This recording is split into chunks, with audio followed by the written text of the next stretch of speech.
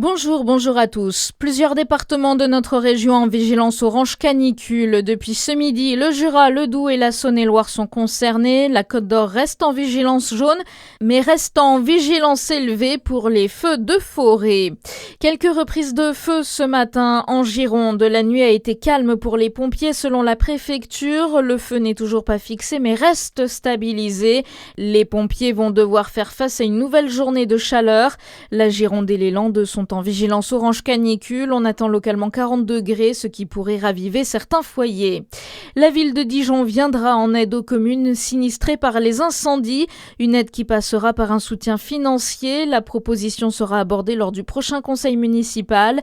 La maire Nathalie Kunders a aussi appelé les Dijonnais à la plus grande prudence.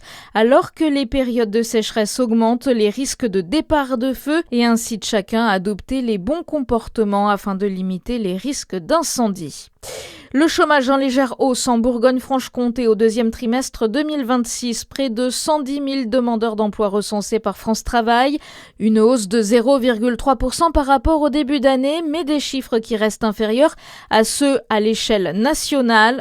À noter une baisse de 1,6% dans le Jura sur cette même période. Les parlementaires en vacances. Lionel Duparé va partir à la rencontre des habitants et élus de la 5e circonscription de Saône-et-Loire. Une façon de rester connecté au territoire selon l'élu au micro de Charlie Chevasson. Tout cet été, bien entendu, je vais faire toute ma tournée des communes. J'en ai une bonne cinquantaine, plus de 50 à faire. Et donc je vais aller à la rencontre des maires, des élus, mais aussi du territoire et de celles et tous ceux qui me sollicitent.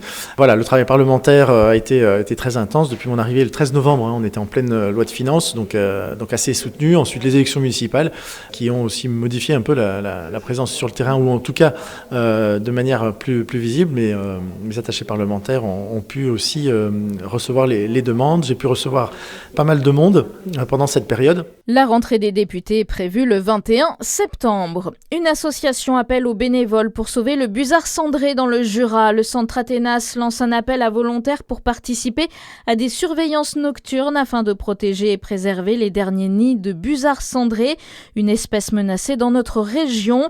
Aujourd'hui, il n'en reste plus que 6 dans tout le Jura.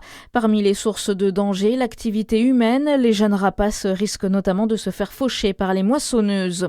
Une section épée pour déficients visuels au Creusot, elle ouvrira à la rentrée de septembre au club d'escrime L'Espérance en Saône-et-Loire et permettra de renforcer la présence du club dans ce sport adapté. Et puis disparition du DJ Kavinsky. Il avait participé à la cérémonie de clôture des Jeux Olympiques de Paris avec son titre Night Call, interprété par la chanteuse Angèle. Bonne journée sur Fréquence Plus.